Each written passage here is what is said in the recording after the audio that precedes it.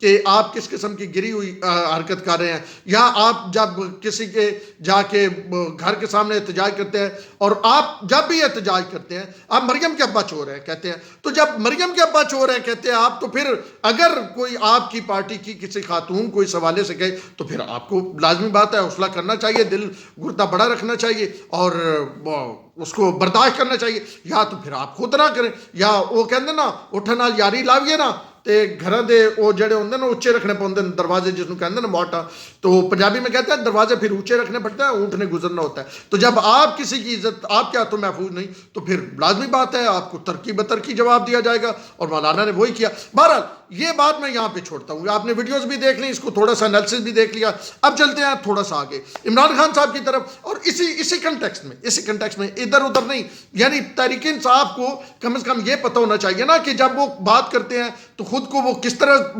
Portray کرتے ہیں اور حقیقت کیا ہوتی ہے، اسی طرح جب ان کا لیڈر بات کرتا ہے وہ حقیقت کیا ہوتی ہے، وہ پورٹرے کس طرح کرتے ہیں۔ ذرا عمران خان صاحب کے بھی کچھ بیانات میں آپ کے سامنے رکھنا چاہتا ہوں، ذرا آپ ان بیانات کو سن لیں، پھر اس کے بعد اس پہ بات کرتے ہیں۔ ذرا دیکھتے ہیں عمران خان صاحب کہتے کیا ہیں، قول کیا ہے، فیل کیا ہے، اور پھر کیسے ٹرن مارتے ہیں، اباؤٹ ٹرن مارتے ہیں، یو ٹرن مارتے ہیں، اور بڑا سڈنلی ٹرن مارتے ہیں، کیا کیا ٹرن مارتے ہیں۔ ذرا اس ویڈیو میں وہ ٹرن موجود ہیں، آپ ذرا سنیں پھر آگے چلتے ہیں۔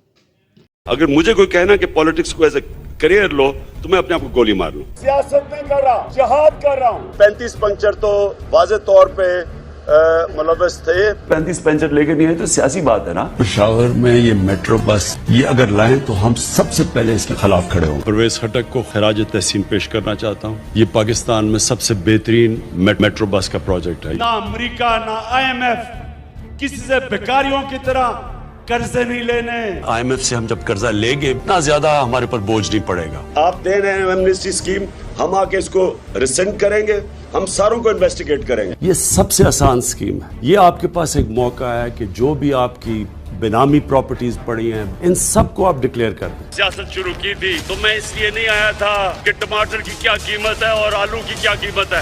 آٹا 38% بڑھا، بڑا گوشت، چاول، پیاز، گھی، تیل 50% بڑھا۔ امریکی سازش کے تحت جو یہ حکومت ہمارے پہ ملوث کی ہے ہم نے کسی صورت تسلیم نہیں کرنا۔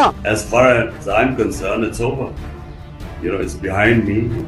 US is not to be blamed. اس ملک کی قیادت پہ پہنچا تھا تو اپنے پیر پہ کھڑا ہو کے پہنچا تھا، کسی اسٹیبلشمنٹ کی نرسری کے اندر نہیں پالا گیا تھا۔ ہمارے ہاتھ بندھے ہوئے، بجٹ پاس کروانا ہے تو منتیں کرنی پڑتی تھی، ایجنسیز کو کہنا پڑتا تھا کہ ان کو لے کے آؤ اسمبلی میں ووٹ کرانے کے لیے۔ بیرونی سازش کی وجہ سے رجیم چینج ہوئی، ہماری حکومت ہٹائی گئی۔ سازش کبھی کمپلیٹ نہیں ہوتی جب تک کہ ملک کے اندر میر جعفر اور میر صادق نہ ہو۔ مانتے ہوں کہ اسٹیبلشمنٹ نے کوئی اس کے اوپر سازش نہیں کی۔ اچھا جی، تو پہلے ہماری بات ہو رہی تھی خواتین کے حوالے سے، میں نے وہ کچھ آپ کو ویڈیوز دکھائی، اب خان صاحب کی ویڈیو میں نے آپ کو دکھا دی۔ اس ویڈیو میں 8-10 چیزیں میں نے مطلب اکٹھی کی ہیں۔ پہلے خان صاحب کیا فرماتے تھے میٹرو کے بارے میں کہ جی میں پرویز خٹک کو کہوں گا کبھی نہیں بنانا، اور پھر خان صاحب اس کی تعریف کر رہے ہیں۔ 35 پینچر پہلے کہتے تھے کہ میں نے ان کو پکڑ لیا، پھر کہتے ہیں یہ تو سیاسی بیان تھا۔ اچھا اسی طرح اور IMF سے قرضہ نہیں لوں گا، پھر وہ کہتے ہیں کہ نہیں IMF سے یہ تو لینا تو یہ پیکج ہوتا ہے نا، پھر یہ قرضہ نہیں رہتا۔ اسی انداز میں وہ شروع یہاں سے ہوا ہے کہ میں خود کو گولی مار لوں گا، میں سیاست نہیں کروں۔ ابھی پھر وہ کہتے ہیں اب تو سیاست جہاد ہوگی۔ خیر یہ سارا کچھ آپ نے سن لیا، اور اب پھر خان صاحب نے ایک اور جملہ کہا تھا، انہوں نے کہا تھا کہ اگر نواز شریف اور زرداری اپنا آرمی چیف لے کے آئے تو وہ کرپشن کو پروٹیکٹ کرے گا، بلا کرے گا بولا۔ پھر خان صاحب نے آج مبارکباد بھی دے دی کل۔ تو یہ ہے جی لیڈرشپ کوالٹی، یہ ہے خان صاحب کی مطلب آپ یہ کہیں سیریسنس، اور اس کے ساتھ ساتھ پھر ان کے وہ جناب ارسلان بیٹا، کسی کو غداری سے جوڑ دو، کسی کو ماں بہن کی گالیاں دو، کسی کو یہ کرو، کسی کو وہ کرو، پھر وہ سلسلہ شروع ہو جاتا ہے۔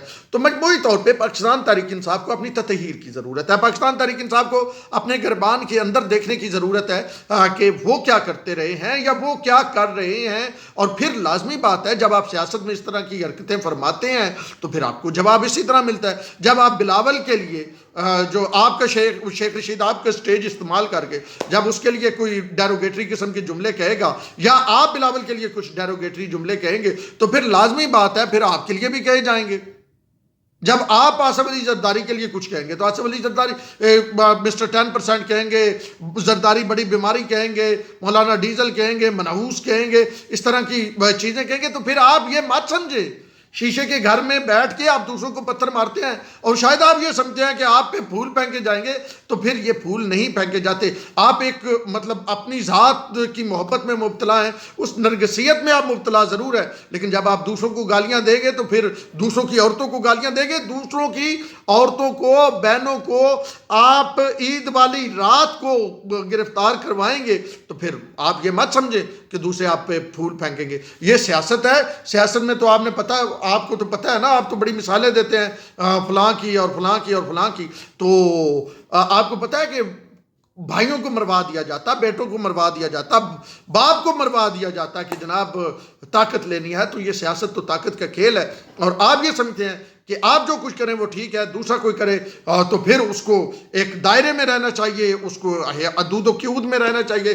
مجھے بتائیں خان صاحب، آپ کی اپنی کون سی حدود ہے؟ کون سے دائرے میں رہے ہیں؟ کس حدود و قیود میں رہ کے آپ نے کام کیا؟ آپ نے کسی حدود و قیود میں رہ کے کام نہیں کیا، آپ کسی دائرے میں سمٹے نہیں. اب آپ دیکھ لینا ابھی کیا ٹرینڈ چل رہے ہیں.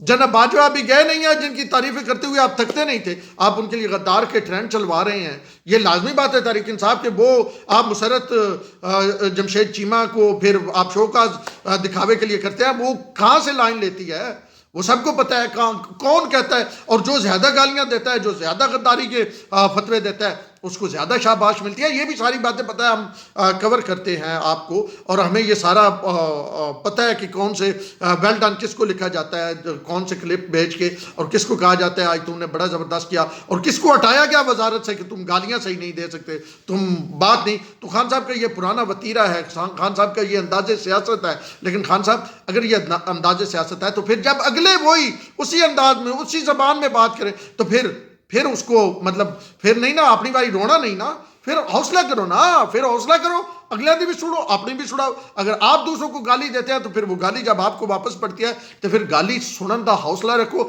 آپ نے تو مطلب ہزاروں نہیں لاکھوں لوگ چھوڑے ہوئے ہیں جو گالیوں پہ گالیاں دیتے ہیں، جو گالیوں پہ چلے. میرے جیسا جرنلسٹ جو ہے وہ تو اپنی صحافت کے اس میں رہتے ہوئے، حدود میں رہتے ہوئے، اس گالی کا جواب گالی میں نہیں دے گا، بلکہ میں کیا کروں گا، میں اور حقائق سامنے لے آؤں گا، میں اور سچائی سامنے لے آؤں گا، اور وہ میرا جواب ہوگا. لیکن آپ کے جو مخالف سیاستدان ہیں وہ آپ کو پھول نہیں بھیجیں گے، وہ نہیں چپ رہیں گے، وہ حدود و قیود میں نہیں رہیں گے، وہ اسی لیول پہ، اسی پچ پہ آ کے کھیلیں گے جس پچ پہ آپ کھیل رہے ہوں گے، آپ گالیاں دے رہے ہوں گے. تو اس لیے خان صاحب روندو نہیں مارنی.